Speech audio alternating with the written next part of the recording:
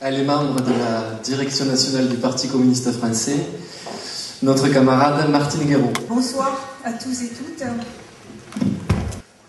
Comme vous peut-être, j'étais à la Bastille. J'ai pas mis de rouge ce soir, mais j'étais présente. Et avec tous ceux et celles présents dimanche, j'ai vécu un grand moment, intense. Cette foule immense, ces drapeaux rouges agités partout, ces sourires, ce bonheur, cette envie de changement. Dimanche, il y avait une énergie formidable. Et j'étais très émue. Comme vous, sans doute. Les mots de Jean-Luc Mélenchon, ça se voit, ça se sent, ça se sait. Le printemps est dans 3 jours. Chaque matin commence. La lumière étend son domaine dans la journée, la nuit recule. Vienne le temps des cerises et des jours heureux. Oui, ces mots résonnent dans ma tête d'une façon particulière, ce soir, après la nuit qui s'est abattue sur Toulouse. La devise de notre République, liberté, égalité, fraternité, est plus que jamais une ambition de vie pour construire une humanité supérieure. J'étais émue aussi parce que le front de gauche que nous portons depuis le début, qui a nécessité tant d'explications, tant de débats entre nous, n'est plus la seule addition de nos partis fondateurs. Elle est en train de devenir un véritable mouvement populaire. Ce que nous souhaitions, et cela peut tout changer, nous le sentons bien. Oui, la Bastille a ouvert un chemin, celui de l'espoir. Et mesurons à sa juste valeur l'immense potentiel que nous ouvre ce travail accompli. Chers amis, chers camarades, ne rien céder, ne pas pratiquer la pédagogie du renoncement. Voilà ce qui caractérise notre front de gauche et ce qui caractérise notre candidat Jean-Luc Mélenchon. Et je crois que tous ceux et celles qui avaient déserté la politique, qui avaient en fait surtout abandonné la confiance en sa capacité à changer la vie, sont en train de reprendre confiance. Et cela nous confère une grande responsabilité dans ce contexte totalement inédit, dans une crise gravissime qui n'est pas, bien sûr, derrière nous. Depuis des mois, nous sentions bien dans le pays monter l'exigence de changement. Avec notre programme L'Humain d'abord, nous avons construit, pas à pas, proposé, expliqué, débattu. Nous devons poursuivre d'ailleurs cet effort militant en lui donnant une nouvelle dimension. Ce qui nous caractérise, c'est aussi de rien lâcher sur les conquêtes passées du monde du travail, des citoyens et des citoyennes de ce pays. Et ce n'est pas, comme le dit Cécile Duflot avec un peu de mépris, avoir l'œil sur le rétroviseur. Non, c'est s'appuyer sur l'histoire du monde ouvrier, de ses grandes avancées sociales, pour ainsi redessiner les chemins de l'espoir et ouvrir le chemin des grandes conquêtes à venir. Et c'est urgent. Depuis 5 ans, Nicolas Sarkozy n'a eu de cesse de détruire les acquis du Conseil national de la résistance pour livrer aux appétits du monde de la finance, la sécu, les retraites. Il n'a eu de cesse de démanteler le droit du travail, de stigmatiser les pauvres, les chômeurs, de détruire les services publics. La liste est longue. Son bilan est catastrophique sur le plan social, économique, démocratique. C'est un véritable désastre auquel il faut mettre un terme, et nous allons le faire dès le mois d'avril.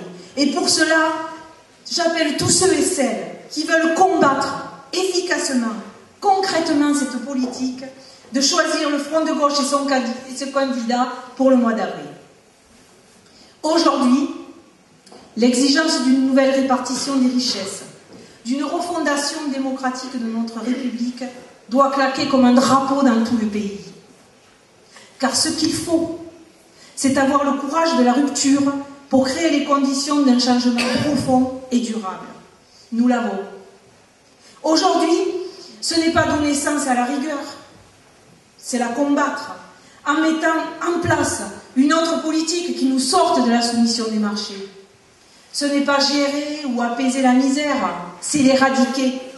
Ce n'est pas dénoncer les expulsions locatives, qui hélas sont repris, c'est y mettre un terme, en mettant en place les moyens nécessaires pour que chacun et chacune puisse vivre dignement, avoir les moyens de se loger, se chauffer, s'éclairer. Ce n'est pas seulement vouloir négocier une clause au nouveau traité Merkel-Sarkozy.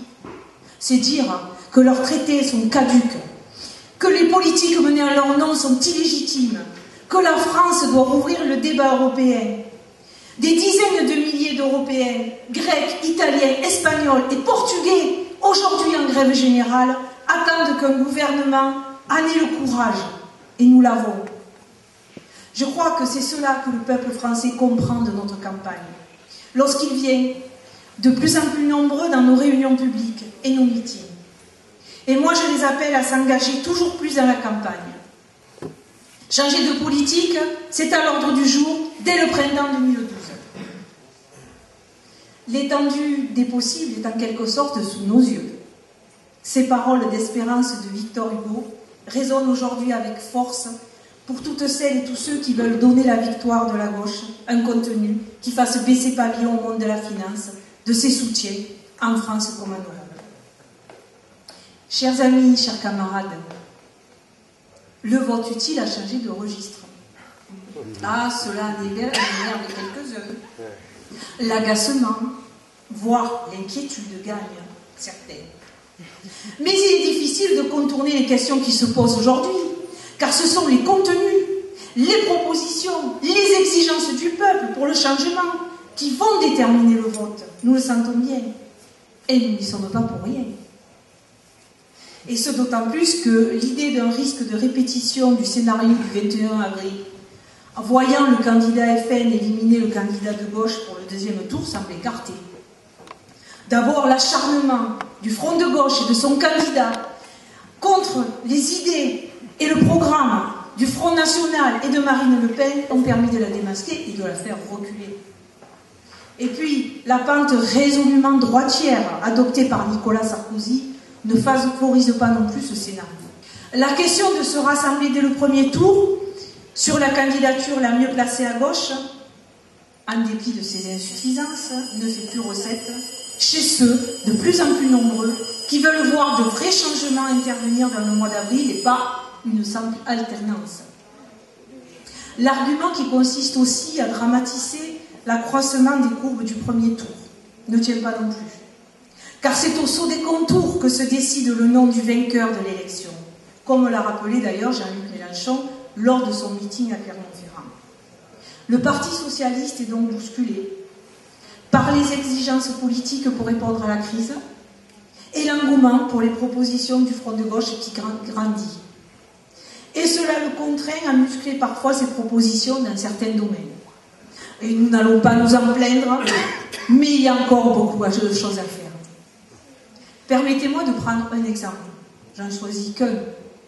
Le nouveau traité Merkel-Sarkozy. Pardon d'y revenir, je l'ai dit tout à l'heure, ça a été dit par d'autres. Mais c'est essentiel pour l'avenir de notre pays et de l'Europe. Il prétend, François Hollande, vouloir renégocier le traité. Mais l'abstention des sénateurs socialistes a permis qu'il passe, alors que la majorité de gauche du Sénat aurait permis de bloquer le processus. Ça pose question. Heureusement, de nombreux électeurs et électrices socialistes, communistes, front de gauche, écologistes et au-delà, se sont retrouvés dans l'appel lancé par le front de gauche et Jean-Luc Mélenchon. À Sarkozy qui a bafoué le nom au traité, qui prétend que la parole de la France est engagée, nous répondons par la voix la plus solennelle, la plus forte, la plus incontestable de la France, celle du peuple. Il faut un référendum.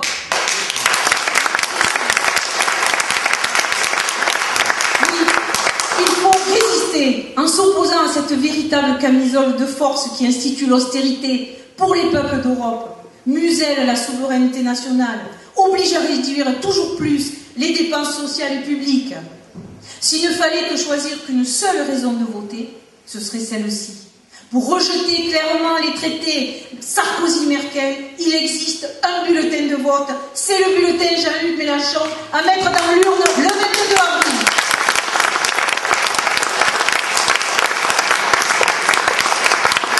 Il y en a bien d'autres, mais il y en a une qui me tient particulièrement à cœur. À la Bastille, j'ai vu beaucoup de jeunes. La situation dans laquelle se trouve la jeunesse aujourd'hui est inadmissible. Le taux de chômage en France des 18-25 ans est de 23%. Dans certains quartiers, plus de 40%. La pauvreté de plus de 24%. Le revenu salarial des jeunes est inférieur de 60% quand ils travaillent à celui des 40 ans et plus. 30% d'entre eux, de ceux qui travaillent, occupent des emplois à temps partiel, pas choisis souvent. Un étudiant sur deux est obligé de travailler pendant ses études. Un constat partagé par tous. La jeunesse aujourd'hui va mal. Elle est en grande précarité. Elle est souvent en grande pauvreté. Avant de venir ici, j'ai rencontré une jeune fille intermittente du spectacle qui avait animé la soirée du 8 mars à Nîmes. Elle avait écrit un petit texte et elle m'a donné l'autorisation de vous le lire ce soir. Je vais le lire. Je suis en colère. Je suis en colère car l'histoire qui est en train de s'écrire anéantit mes rêves et me fait oublier que nous sommes libres et que nous avons la possibilité de nous dresser pour rester en vie. Je ne leur laisserai pas en pâture ma joie de vivre, mes espoirs. Je me sens responsable de ceux qui viendront après. Je ne veux pas leur dire que je me suis résignée. Je ne veux pas leur léguer la peur, la misère, la tristesse. Alors je crie que j'ai mal, qu'ils sont en train de nous voler l'irremplaçable, l'espoir en un monde meilleur, et que c'est pour cela que je vais me battre. Élodie.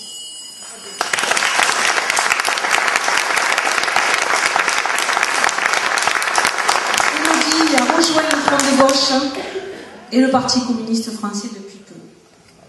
Oui, c'est pour eux et avec eux qu'il faut construire l'avenir, qu'il faut imposer le changement dont notre pays a tant besoin pour abolir l'insécurité sociale, combattre la précarité, reprendre le pouvoir sur la finance, pour plus de démocratie, pour le progrès, pour l'égalité. Ensemble, nous pouvons faire du mois d'avril et du mois de juin des mois de victoire pour tous ceux et celles qui se battent pour la justice sociale et la démocratie. Avec Jean-Luc Mélenchon, avec nos 500 candidats aux législatives, nous pouvons donner une chance à notre pays de construire une majorité et une politique de combat contre les marchés financiers.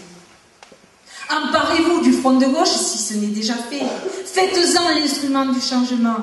La route est engagée, elle est belle. Ensemble, nous sommes la gauche, le cœur battant de la gauche. Permettez-moi, pour conclure, de vous offrir quelques vers de Pablo Neruda, mon poète préféré. Allons au lieu où fleurira le printemps du renouveau, et dans un souffle et un chant, donnons à tous les fleurs, les arômes, les fruits, l'air de demain.